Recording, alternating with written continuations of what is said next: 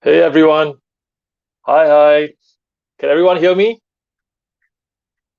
If you can hear me, please type in yes. And it's awesome to see you tonight once again. Yeah.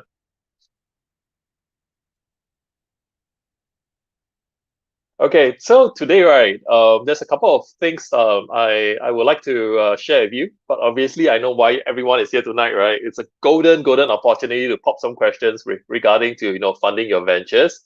It's like really tapping into the minds of how VC really look at opportunities around venture investments, right? But hey, Ruthira, hi. Thanks for coming on tonight.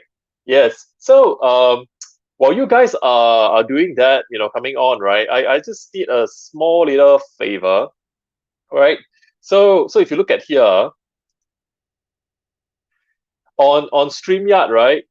Hey, David, hi. On StreamYard, if you see your name still come up as a Facebook user, right? It's because you have not clicked on this link on StreamYard. So you got to click on that link, right? And it enables you to be able to show your name because I would really love to greet you. So what you need to do is to remember to just click on that link on StreamYard, and then you will be able to show up in terms of your name, right? Your identity. Yeah. All right.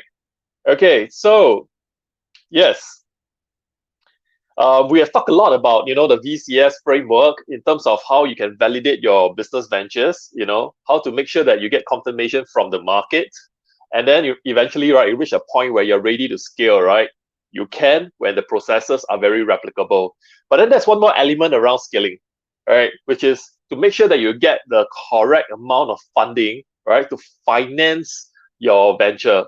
So things like hiring people, getting machinery, getting stocks inventory, stuff like that, right? So you need all this support, right, to help you um, expand your operations, expand your business. So then the question now is, how do we do that? Like how do ventures actually, venture capital actually come along, right? Especially when we are young and early, right? So how does all that work, right? So today we have an awesome opportunity.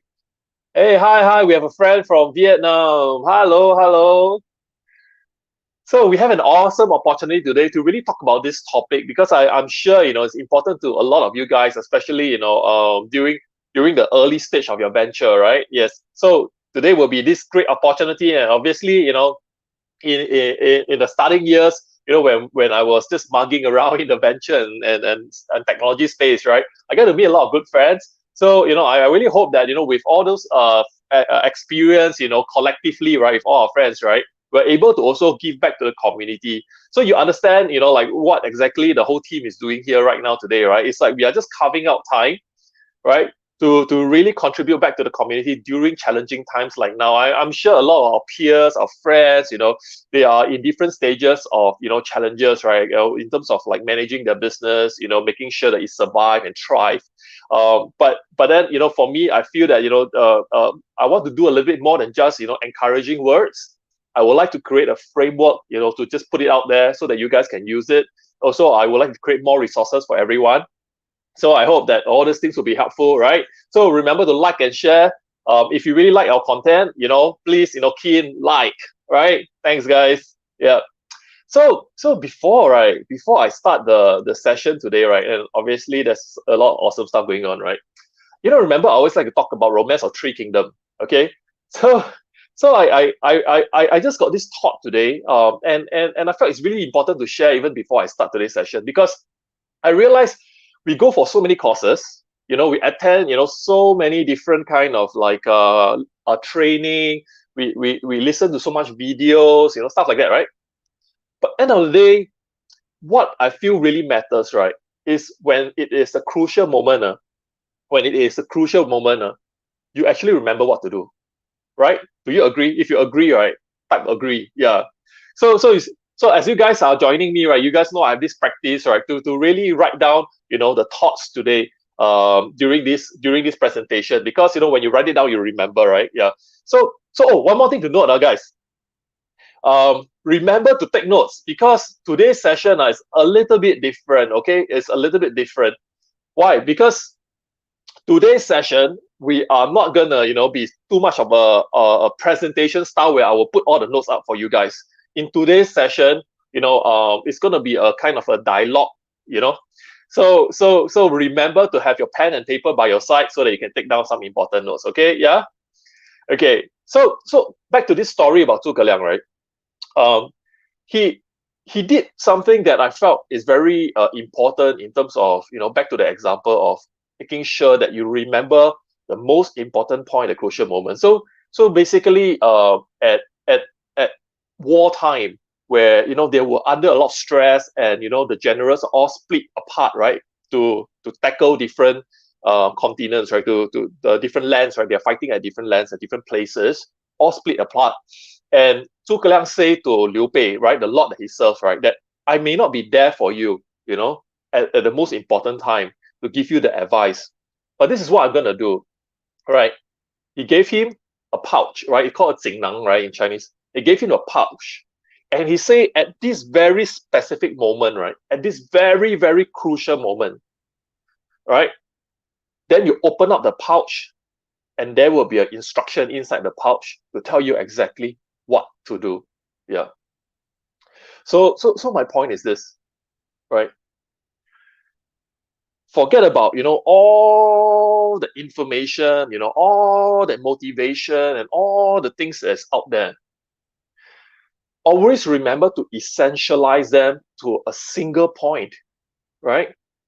A single point where you can use at your most vulnerable moment. It could be, like in a relationship. It could be, in front of someone very difficult. It could be in your business. It could be even studying for exams, right? You can't memorize the entire textbook, like literally, right, guys? But what you need to remember is, what that point means, that you essentialize into, right? It could be, for example, people talk about having bad temper, like losing your head, scolding, blah blah blah blah. But you just have to remember maybe a point, something like in the sense of be very patient, do not be rude. So at the moment when you're very vulnerable and you're tempted to just unleash your fury on someone, right? You remember that most important point. Be patient, do not be rude.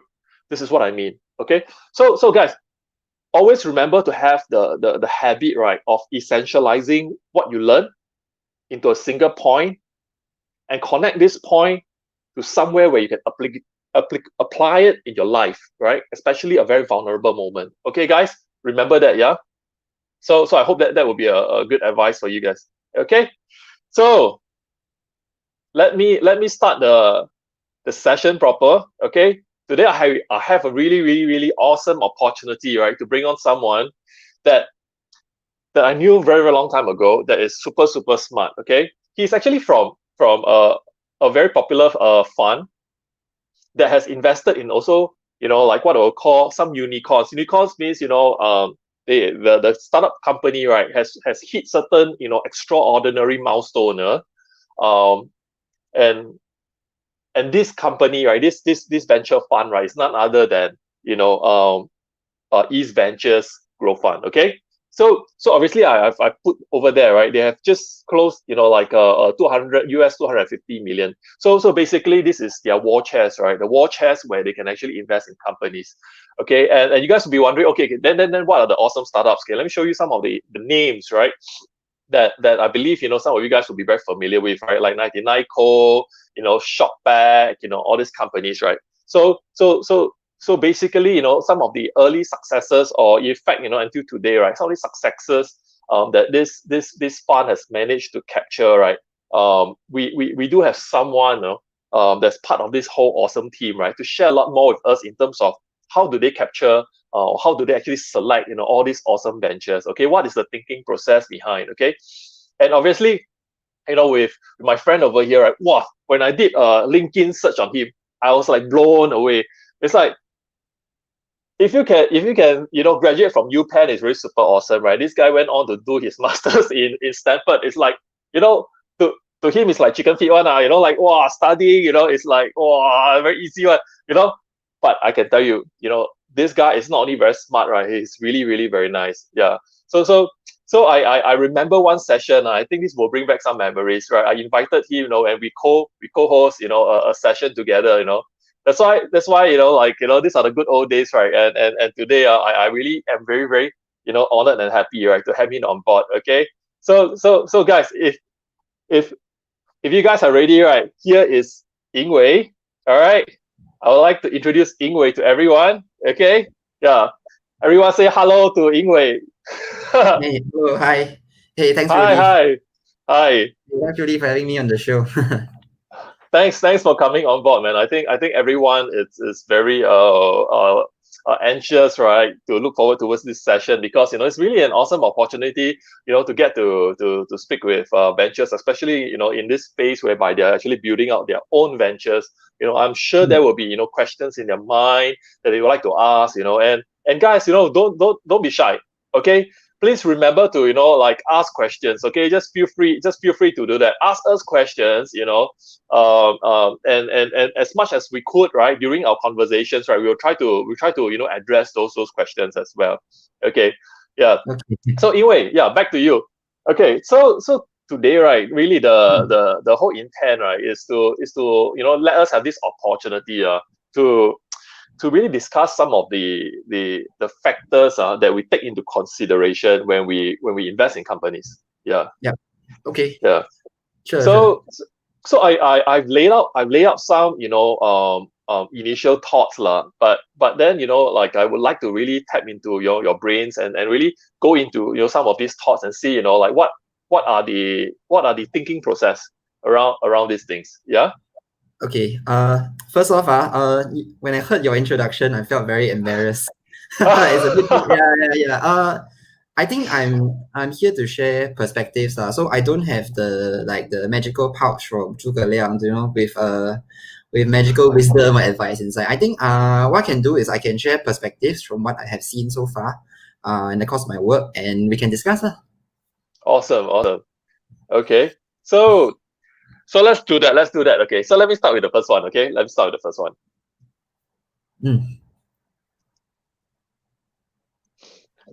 Like with everything, right? People always start with an idea, like so with mm. ideas, right? I just want to like just ask you, right? What do you qualify as good ideas, bad ideas? In most importantly, right? What do you qualify as investable ideas? Uh, so I think this is a this is a very big topic, right? So there are many different ways to think about this and frame this. Maybe one good way to start is the idea of painkiller versus vitamin. Okay. Is your idea a painkiller or vitamin? So what do I mean by this? So when it's a vitamin, it is good to have. Multivitamin, you eat, you don't eat, doesn't really matter, right? Very often these are what you call the features.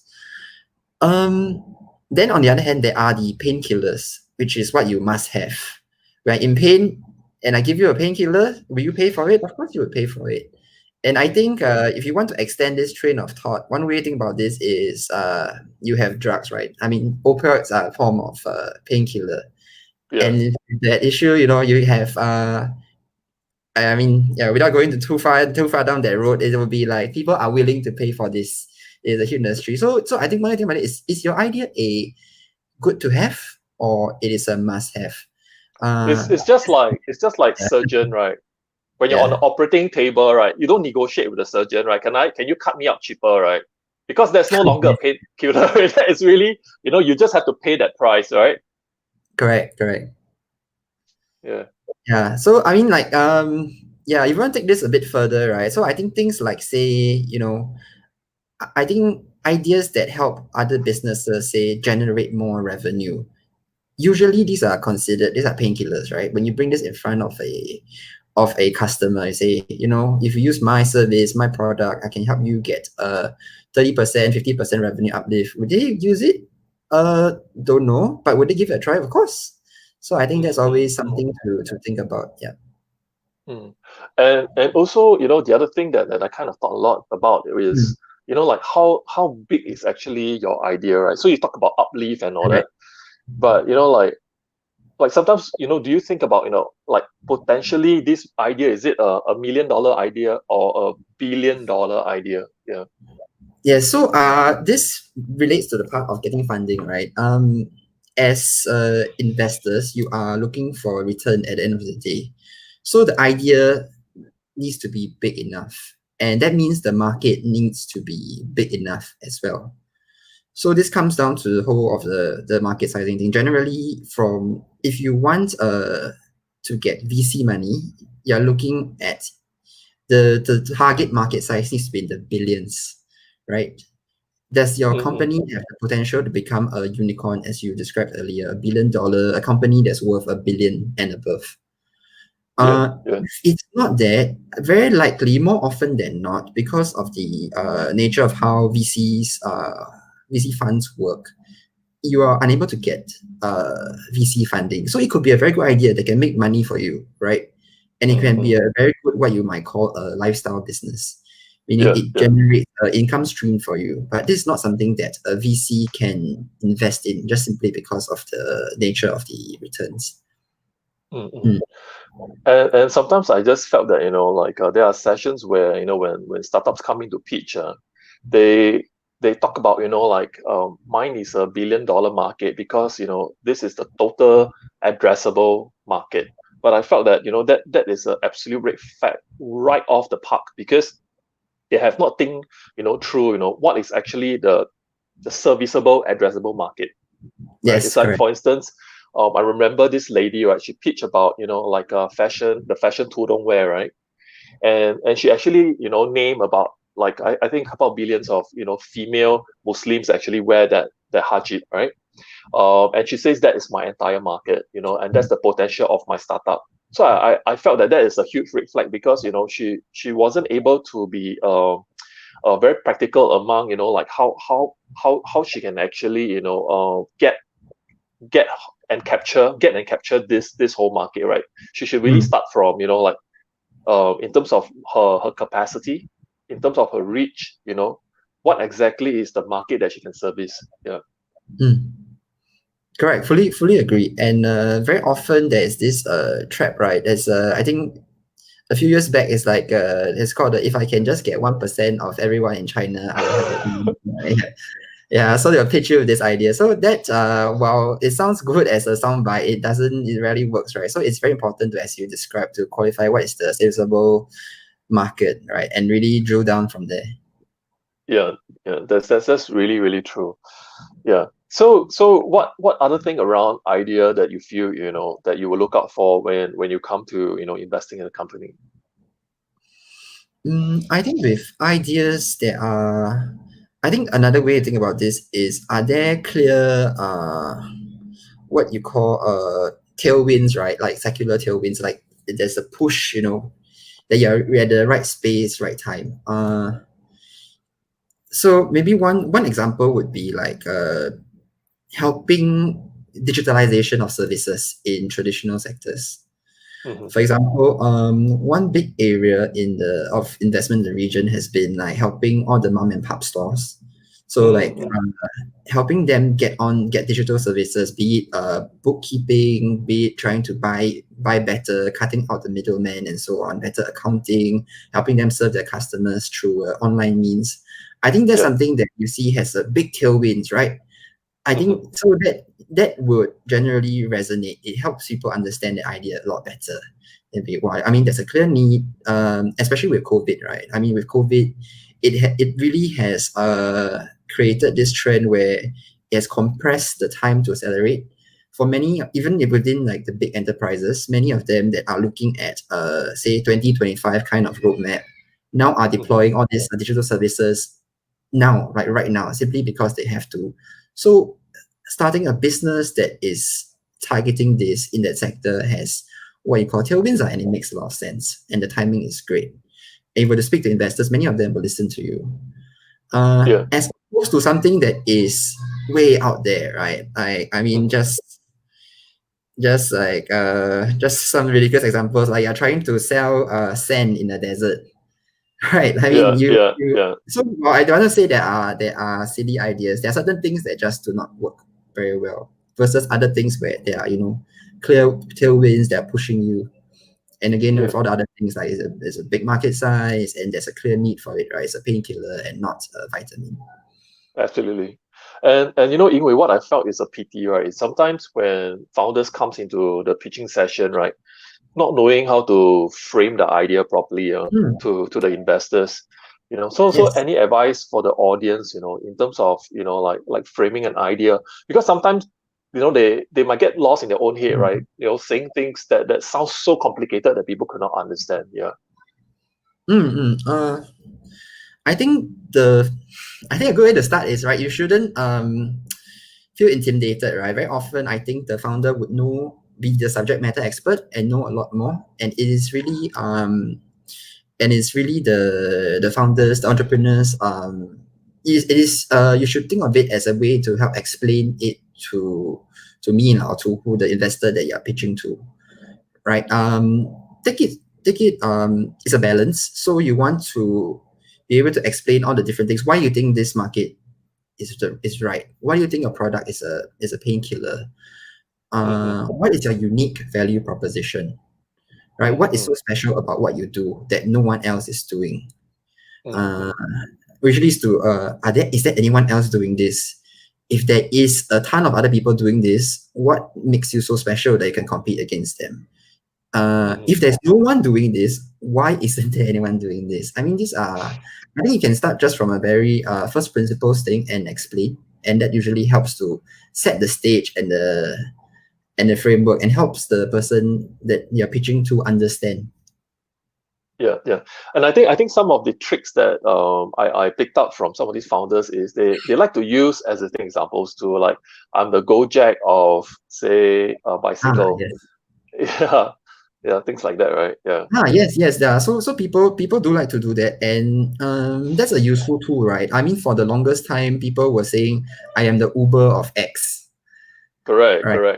Yeah, I am the what of something, right?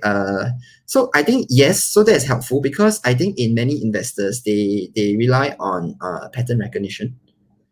Yes. So by saying you are the Uber of X, you are basically setting the frame to say this is what I do in a certain way. I'm a marketplace. I do matching in a certain way, and I take a rate, and then that's how you direct the questions. But again, I think sometimes it is important to be careful and nuance it. Very, very often, I think especially within the investing within the region, you want to say beyond just saying I am the Uber of X, you want to also go one step further to say, like, how are you solving it in the local context? Have you localized the thing? You cannot very often, while we look to the US, in the region, we look to the US, we look to China, maybe India for different trends and big ideas. You cannot copy and paste, right? It needs to be adapted to the local nuance, the local context. So this is really the chance for the founder, the entrepreneur, to really articulate that nuance. What have they done that is so special and has allowed them to really win in Indonesia, in Singapore, in Vietnam, and so on. Mhm. Okay, so guys, remember this advice here. So one of the easy way is to explain, from the perspective of a company that's been very popular, right? How that solves the problem that you're solving in your specific market. Yeah. So localization using examples helps. Yeah. Okay. So anyway, let's move on to the next secret. And I think this is very interesting because I use an A team because I think A team is not founded. A team is forged. It's like over Mm. time. Yeah, people go through thick and thin, and they become a team, right? But from the investment perspective, how do you know, and how do anybody even know seeing the team for the first time, right? So typically, I know investors always say people is very important because they are the one that execute the ideas. Yeah, but then anyway, how do you actually spot a good team? Yeah, Mm. I think this comes, different people have different styles, right? So yeah, there are some investors who are just better judges of character. So they are good at reading people, seeing people, and then saying how they behave. Others are more data driven, and then they will be asking you for numbers, asking you to describe how you solve the problem, and using that to judge how effective you are. So I don't think there is a right standard approach. I think more importantly is to be be. I think during the pitch, right? yeah, Important thing is yeah, to be who you are, right? Because I yeah, say this because you don't want to pretend to be someone you are not, just for the sake of impressing this one person, this one investor. It is yeah, yeah, the investor in your company. I mean, once someone has invested in you, it's a long relationship, like years, right? And you have to live with this absolutely. person every day. Yeah, you really don't want Yes, to put up to be someone you're not, and just leads to complications yeah, later on. yeah, Yeah, absolutely. and So yeah, I mean, yeah, it's very. I was saying, like, so just a quick one, since we are on the idea and not people, right? I think yeah, this common saying about the jockey and not the horse. So I think mm, it is very true, right? I mean, for the most part, really, the founding team is very important, is the key, right? And yeah, less so on the idea. Mm. yeah. So I think even for the audience sake, right? When we reach the slides, where it shows the founders, like founder A, B, C, and D, right? I think we should make an effort to go beyond just saying, the name and the position, right? Like CFO, CMO, but to really, have a few liner of relevance, like how is this person, right? Relevance in terms of skill set, to really make this company an awesome one. Yeah. I think that helps a lot. Yeah. Mm. Yeah, totally agree. Yeah. I mean, at this point, at that point in time, and like it's the first meeting, maybe it's the second meeting. It is about I think what would help would be references, of course. I mean, first is your experience, right? Like saying Yeah. you want to start a software company when you've been working in other great software companies is a great start. You have the experience. Yeah. Yeah. Yeah. It's not a must, but it helps. And then there's social proof and references, right? Are there other people who can attest to your abilities, execution, and so on? So I mean, you want to try to get a bit of that, and that usually helps. Yeah. Correct. Correct. It's like when we were in army, right? One section of seven, right? So you have what law, then after that you got the saw gunner, then you Yeah. got two, yeah. But I think what's really more important is, he came back from Afghanistan, his Navy SEAL train, stuff like that. So like, okay, then if I want to pick a winning team, I better pick that one with more experience. Yeah. Yeah. Yeah, Okay, I mean, it depends. It depends. It's not always the case where, yeah, it's not always the case where experience wins, or the case yeah, yeah, like you only take young people because they are and refuse to talk to like older guys. So I think you need to. It really depends, right? I think there's yeah, another way of thinking of it is like are you a grassroots guy, or are you like the elite scholar type? Are you a scholar or a farmer? Lah? I mean, maybe that's one way to think about it also. I think both have their strengths and weaknesses. So I think more importantly is to have the self-awareness to know where you are, right? okay, that's You very are fair. not like you're not a one-man army. You're not a Yeah. Rambo, right? So in this case of the A team analogy, you're not a Rambo that one person can clear out all that, and you need a team with you. So I think having self-awareness to know like where your strengths are. Are you a vision guy? Are you a product guy? Then maybe you're weak in other things. Like you can't do finance, for example. Like looking at the Excel makes your head hurt. So you want to find someone who can do that to supplement the team.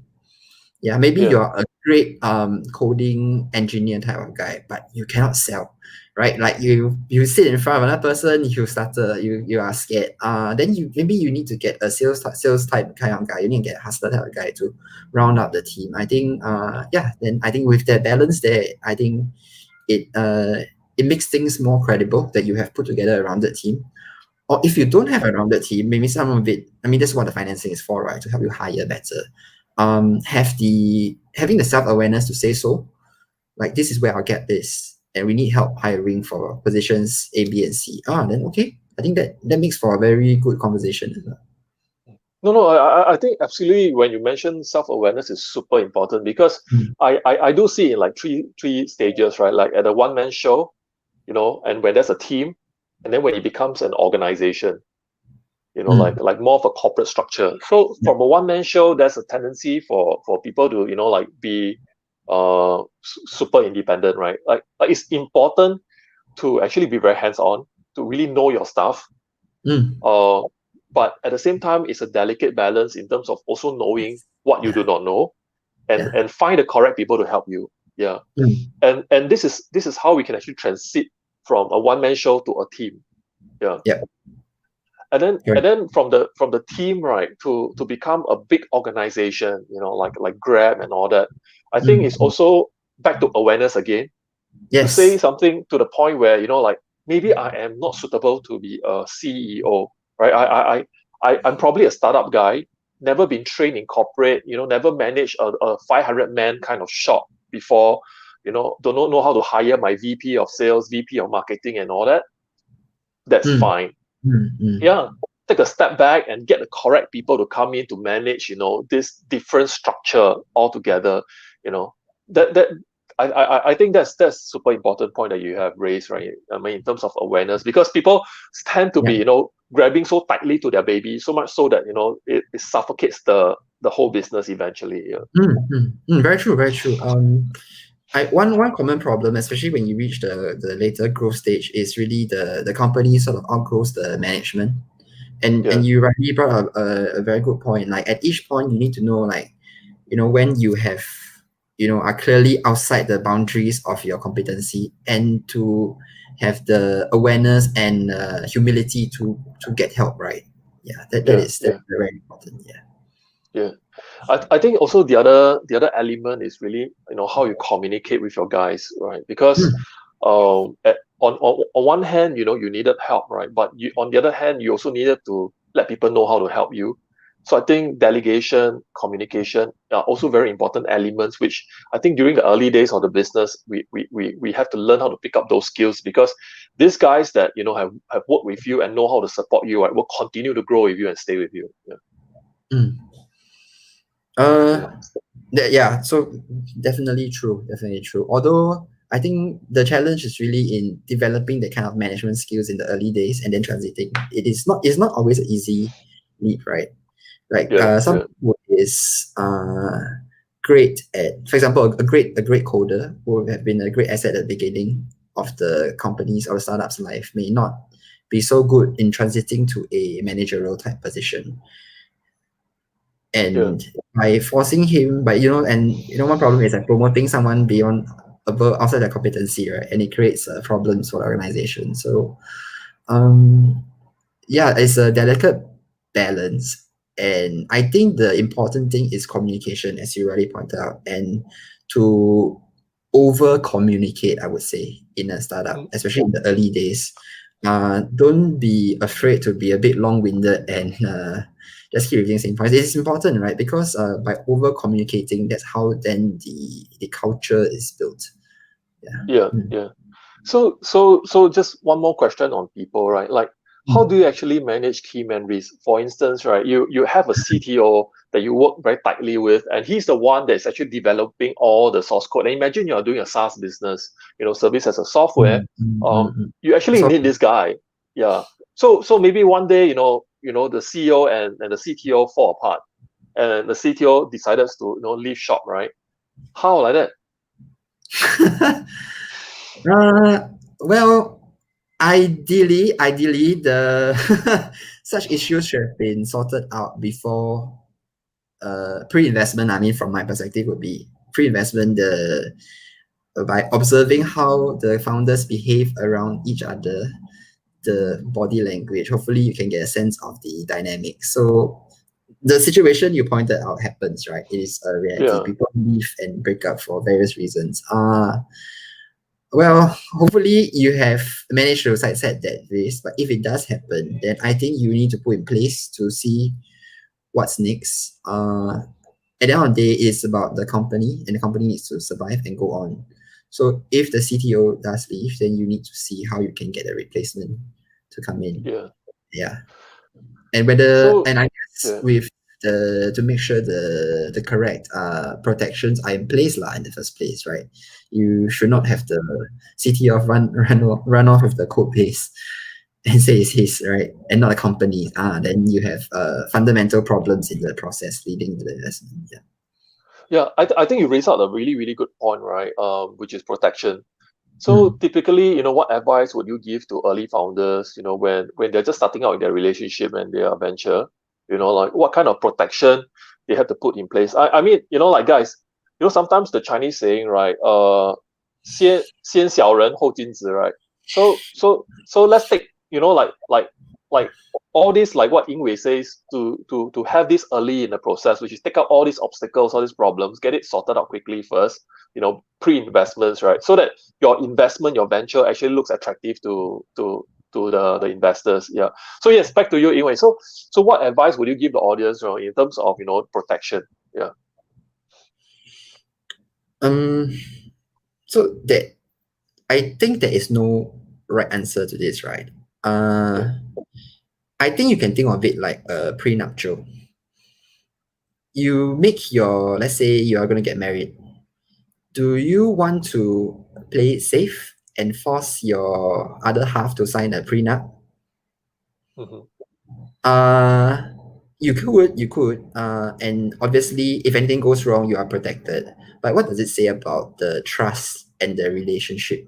Exactly. Yeah. So I think it is not necessarily a very straightforward question here.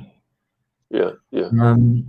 Sorry, what I'm trying to say is there's no straightforward answer. You can have all these things in place, right? I see a question there about giving shares. So definitely, yes, equity is a great way to incentivize co-founders or early stage employees to stay.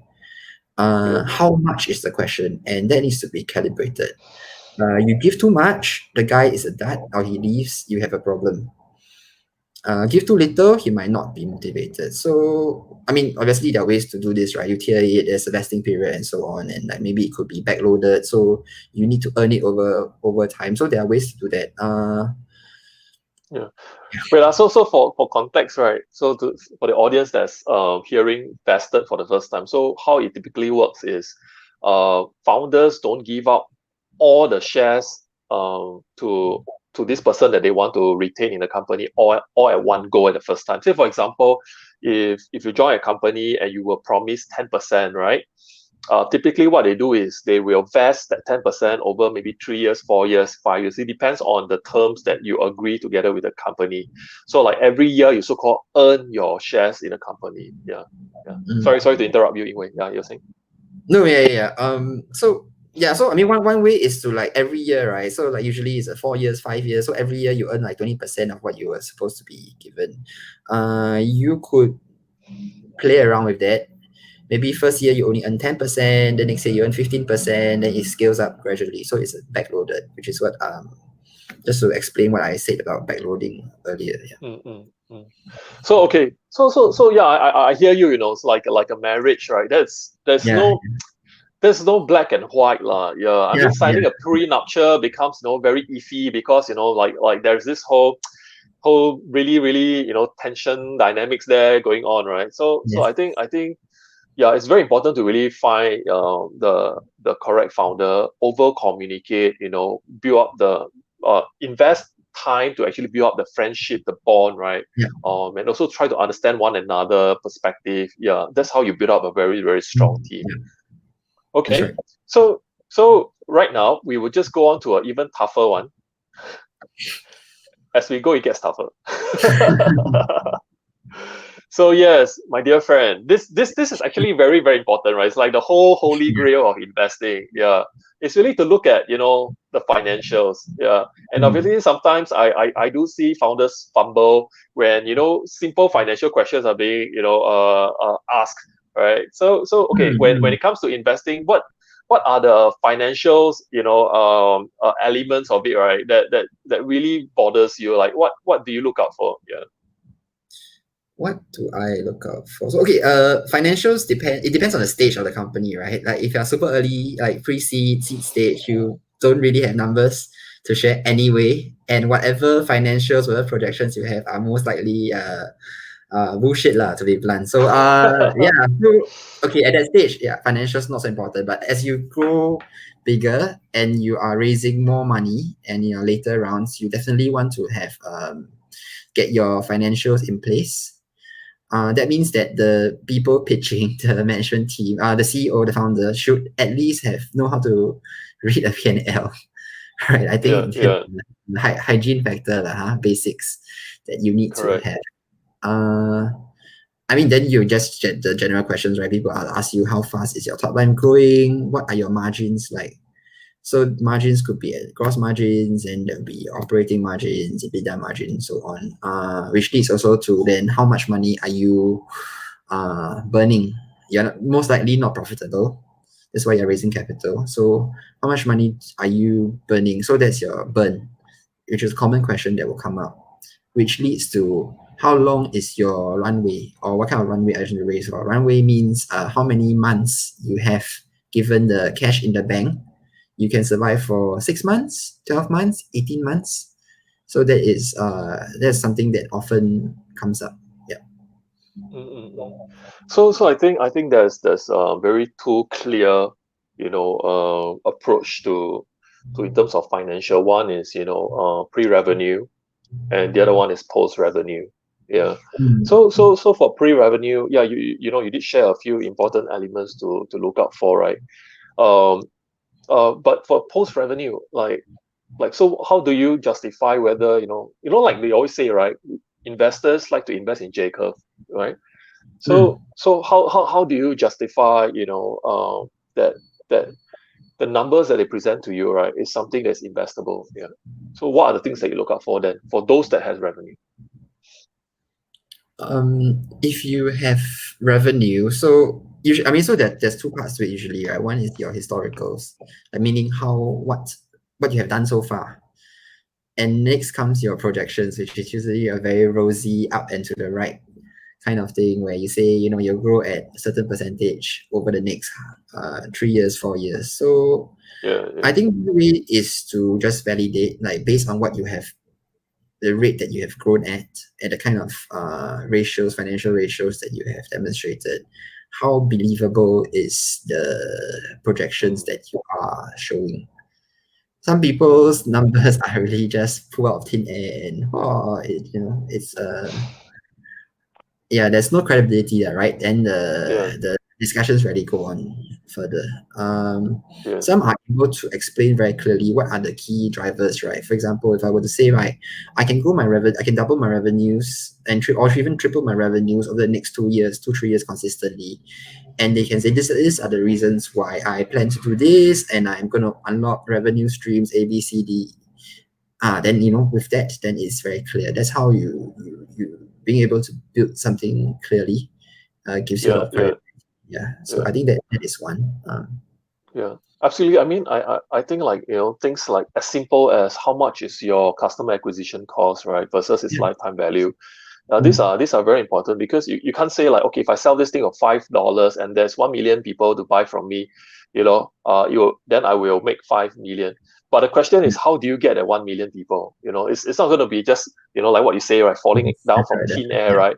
Yeah, you actually got to spend money to advertise, to convert these people to buying customers, and there will be a cost to it. So that cost, right, is actually the customer acquisition cost, and they need to be able to justify, things like that. Yeah. Yeah, correct. Very true. And no, and there are founders who don't know the answer to what is your CAC. Yeah. Okay, I mean, to be fair, depending on what stage of the business you're at, you really may not know. But beyond a certain point, Mm, especially at the point of financials, you do need to be able to say, when people ask you, like, what is the cost to acquire a customer? You need to be able to say, okay, this is how much I spend on marketing, these are the new numbers, and after conversion, so on, top of funnel, bottom funnel, this is my CAC. And then related to your CAC, your CAC, your customer acquisition cost would be your lifetime value, right? correct. So what other elements that you think are super important, right? You did mention also cash burn, Mm. but that is one element of what I call cost management also, right? Yeah. Cost management. Yeah. So No, so expense, right? I Yeah. think cash burn maybe from my perspective would be, is this a capital hungry business, right? Do you need Yeah. to, constantly invest and just keep coughing up money just to stay Very alive? good point. Very, Very good very point. Yeah. capital efficient. I think that's something to think about in Mm, presenting. I think you need to the climate has shifted a bit, right? There used to yeah. be a point where a few years back when it was all about growth, top line. If your revenue is growing 100% month over month, year over year, no one really cares what happens below. But now that has shifted a bit with WeWork and so on. So the sustainability and of the business is important, and people do look at that. So you can say that, well, I can double, triple my revenues, but if you are burning a shit ton of money to get to that, that's not great, right? That's Yeah. not Yeah. yeah. You want to, Yeah. if you are doing that, like if you're burning a lot just to generate that growth, you want to at least show a path to profitability, that you have that you're clear, you have certain levers that you can do, right, to reduce that burn. Or are there any other, like you create certain flywheels and so on that help you get your business moving? And not, my goal in life is just to raise more capital so that I can grow my revenue. Yeah. Yeah. But I think that's a very good point. If I were to just translate it to what it means from an investment perspective, is investors tend to stay away from very capital intensive ventures. What that means is it's not about putting how much at the point where it's being raised. It's how many more times you got to raise in order to get to that so-called traction, or get to that point where it becomes profitable. Yeah. So if the investors is not convinced, number one, that you're gonna get into profitability, or it seems like it takes a very long, a long road, right, in order to get there, then this business becomes very, very unattractive. So I think for ventures out there, really to make sure that you are able to look at your cash burn, your run rate, right, from this perspective also when you present your ventures to the investors. Yeah. Yeah. I think also maybe one more thing to qualify here is that different investors do have different appetites, right? Some are Yeah. happy to shovel cash at you. Yeah, go ahead, just burn and get there, get to where you want, dominate. Others may be a bit more prudent. So I think one thing to do is to also do some homework and understand what the appetite and the preferences of the investor that you're talking to. Mm, mm, mm, mm. Yeah, I think that's very, very very important that you point out, because like there's a few things, right? It's not just going out there to raise capital from just anyone. You have to raise some capital from someone that is also able to complement you in terms of your vision in the long run, because like what Ingwei has mentioned earlier, your investors is not just someone who just put money on the table, but it's also someone you have to work with throughout the lifetime of this venture. Yeah. So I think, yes, Ingwei, that's a very important point to point out. And obviously I think the audience question in their mind would be, then how do I know, who, which investors, right, will be suitable, right? Yeah. Well, I mean, you can look at their portfolios. Many VCs have many VCs, institutional investors, their websites that you can go to. You can Google and you can see all the articles that come up, like what are the types of companies that they invest in. If Yeah. someone clearly says that, oh, I am a SaaS investor, right? I do only software, Mm, and you show up with, oh, I want to pitch my hardware idea, they'll be like, no thanks, right? correct. I think it is that kind of I mean that's at a basic level, right? Getting understanding at least at a high level what this investor looks for and wants. Next is to use your existing networks. Like you will probably know other founders, you know other investors, angel investors. Reach out to the portfolio companies, right? Ask them what the investor is like. Then you can do your homework and find out more. Mm-mm. Yeah, don't blindly walk into a pitch meeting and assume every investor is the same. Yeah, that's not gonna work out very well. Yeah. Yeah. And also, in terms of putting smart money on the table, so it's not just, they call it dumb and smart, whereby, dumb is just giving you the cash. Smart is how they can actually help you in terms of, opening Yeah. up doors, yeah, socializing your product to very important people, things like that. Yeah, I think Mm, that's also very important in terms of doing their homework and research, lah. Yeah. mm, So to my dear audience, since we're on this point in terms of homework, research, knowing who to pitch to, right? Will you guys be keen to have a directory of all the different investors in Singapore? What deal size do they invest in? If you're keen, right, please type yes. And probably I will find a session, right, and I will address those things. Maybe along the lines of valuation, and where to raise funding for your ventures. Yeah, I probably will build up something like a directory of sorts, where we have all the directory of all the investors in Singapore and how much they invest in, and roughly what kind of profile, and then I can let you guys have it lah. If you guys are interested, then do type yes. At least I know what to look forward to develop for you guys. Yeah. mm. I Yeah. think there are some existing resources that you can find online, like showing the Yeah. investments in Southeast Asia and their typical check sizes, what they look at. Yeah. I think Yeah. having someone like Rudy actually help to walk you through and explain, I think that is invaluable, lah, right? I mean, it's one thing Yeah. to look at like a Excel sheet and names and scratch your head, and another to have someone to guide you through it. Yeah, I still remember the days where we still coach the teams. The founders do come to us and say, can we pitch to Sequire? Can we pitch to this? Can we pitch to that? And sometimes, it's really based on our experience to tell them, it's like maybe it's not suitable. Maybe that one is though it's a smaller size, outfit, but it's a better fit to your venture, things like that. Yeah. Yeah. Mm. So there's actually one question, but that question really, from Daniel Chang. Hey, Daniel. That will lead us to actually our next slide, which is more on technology, right? So Ingwei, Mm. that question is directed to you. Yeah. Yep. So yes, obviously, right? So if the business is tech, like you are building a AI solution, something an AI product, then I expect the founding team to have a fairly high level of technical capability. If not, then at least a next level direct tier of access to people who can help them, right? Advisors, access to the data scientists, experts, and so on. You cannot be I don't want to sound very like, yeah, like, I mean, if you are a art history kind of person, then you show up saying you want to do an AI startup, it is possible, but not very credible lah. So Yeah. yeah. Yeah. So it's really like where what kind of business you're operating in. Obviously, if you are doing something that is very restaurant type of business, right, or selling coffee, right, then the emphasis on the level of the tech knowledge of the founding team will be very different. Yeah, because when Yeah. it comes to coffee selling, then obviously, it's like the knowledge on coffee, right? Yeah.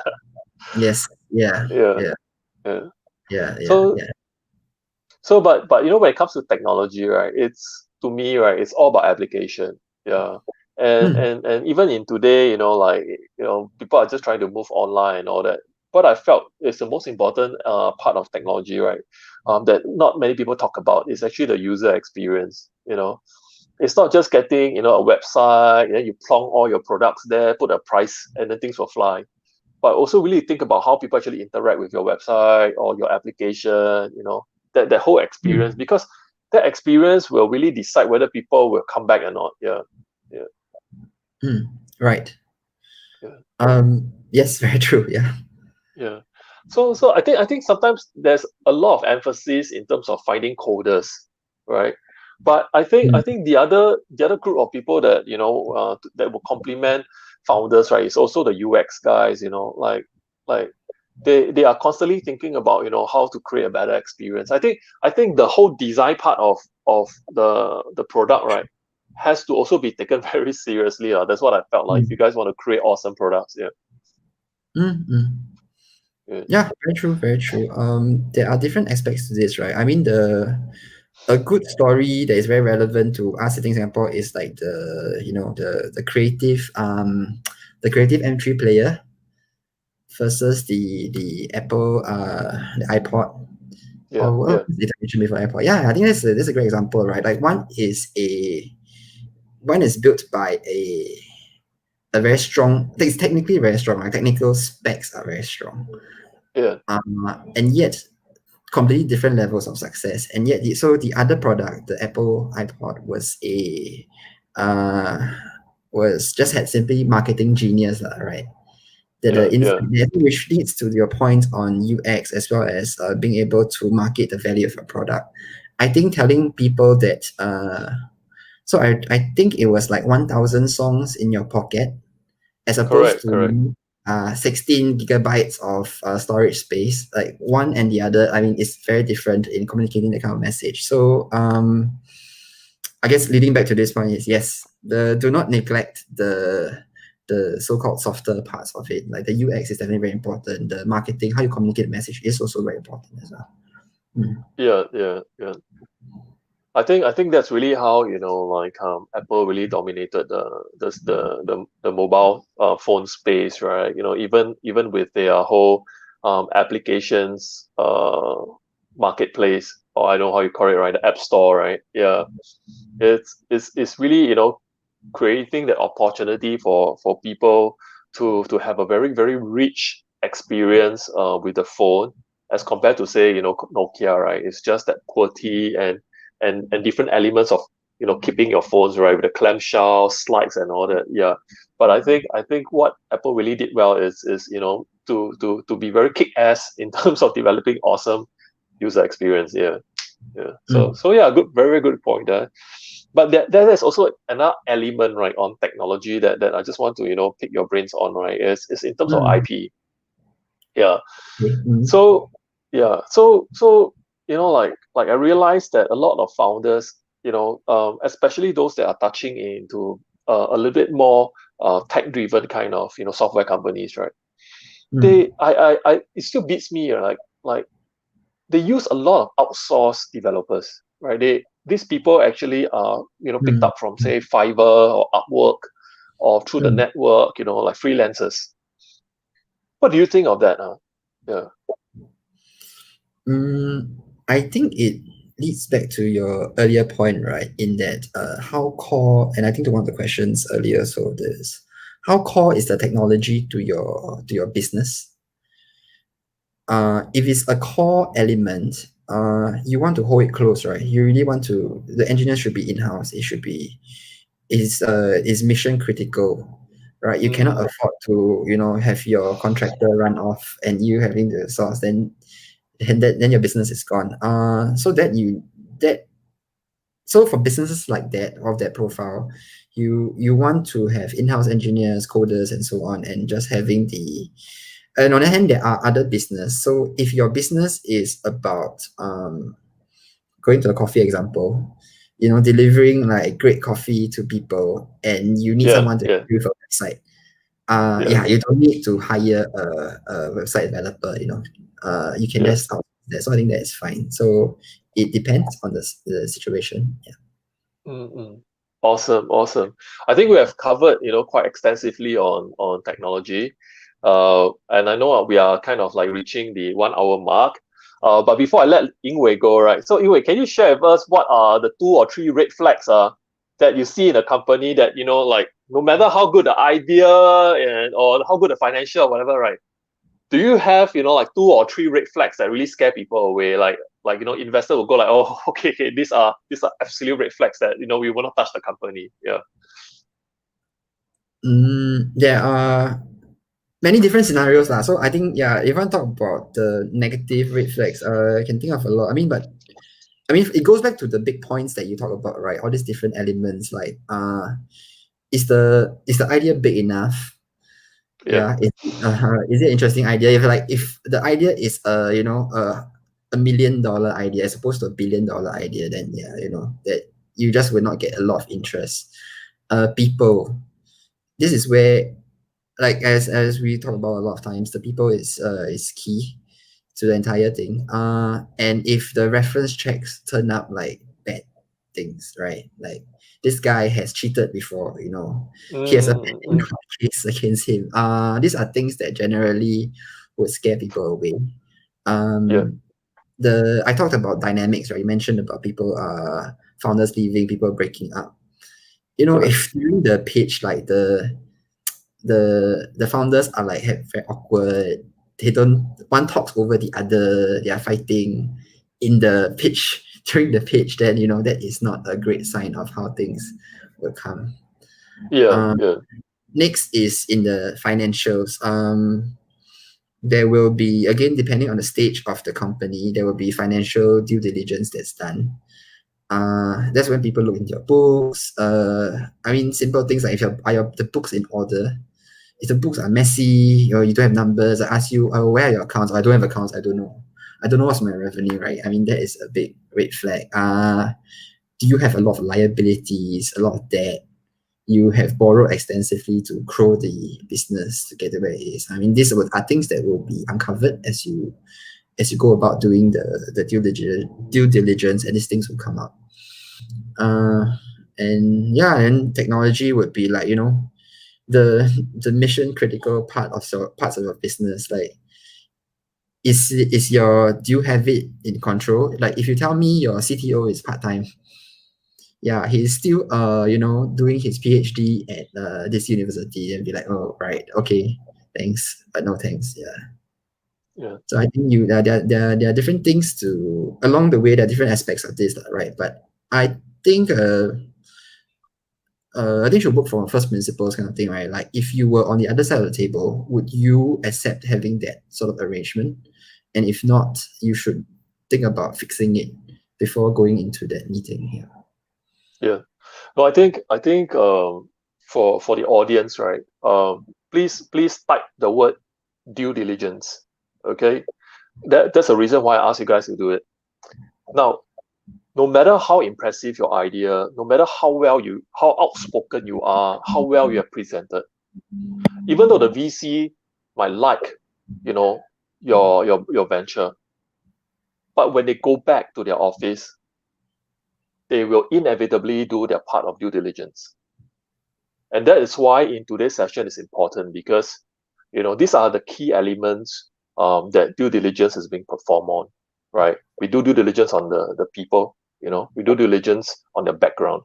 We do due diligence in terms of financials. We will ask you very tough questions on financials. We will ask you for your data room, that you will provide us with your spreadsheets, your P&L, your cash flow, and everything. Right? We need to understand, from our own perspective, our own analysis, whether the financials are sound, the projections, right, is reasonable. Yeah. And also in terms of technology, even though we may not know everything, about coding and all that, nothing stops us from getting, like, for example, subject matter expert, right, to take a look at your source code and see whether these are well written or not, or is this gonna open source stuff, or somebody actually do the coding for you. Yeah. So guys, why this session is important? Because I understand that there's so much in your mind in terms of what you want to share during a pitch session. But how we actually crafted, today's session is around what we think, we will work on after the presentation, the whole due diligence part. Yeah. And because this is part and parcel of, how we evaluate businesses, I hope that these important elements are also being, expressed and emphasized during your pitch. Yeah. These are the things that is being taken care of, because even if we don't ask you those questions during the pitch itself, we will also think about those questions when we take the pitch back home to our office. Yeah. Yeah. Yeah. So I hope, yeah. So anything else to add, Yingwei? Nope. I think you have so I mean these are all very deep topics, right? That we could actually spend a lot of time talking about. But I think this is a good start, and yeah, please it's great speaking with you. Always fun to chat. So once again, it's a really really huge pleasure, to have Yingwei here, with us today, and I really hope to tap into great minds, like Yingwei, bring on more friends to share things with you guys. So feel free to post your question to us on our main page, on our on my own personal Facebook page, if you need me to address certain things for you guys. Don't be shy, just reach out to us. Really, like what I mentioned earlier, this is absolutely complimentary. This is us carving out time to give back to the economy, to give back to the people that is working really hard out there right now. I hope there's some sense of relief during these Thursday sessions. You guys can just join us. We be very casual. We just chit chat, talk about the challenges that you have, and see how some of these advice can help. But most importantly, as we go through what we have to, we live a life that would outlive us. And I think entrepreneurship, ventures, and all that is one of the great way to do that. Yeah. So ladies and gentlemen, I thank you for your attention. I thank you for being here, and Yingwei, most importantly, I thank you for sharing your thoughts with the audience. No, thank you. Thank you for having me. Thanks. Yeah. All right, guys. So with that, I will bid you farewell. Have a great weekend ahead, and a great journey for the next week. And I hope to see you again the next Thursday. All right, guys. Very good night and a very good evening. Bye bye.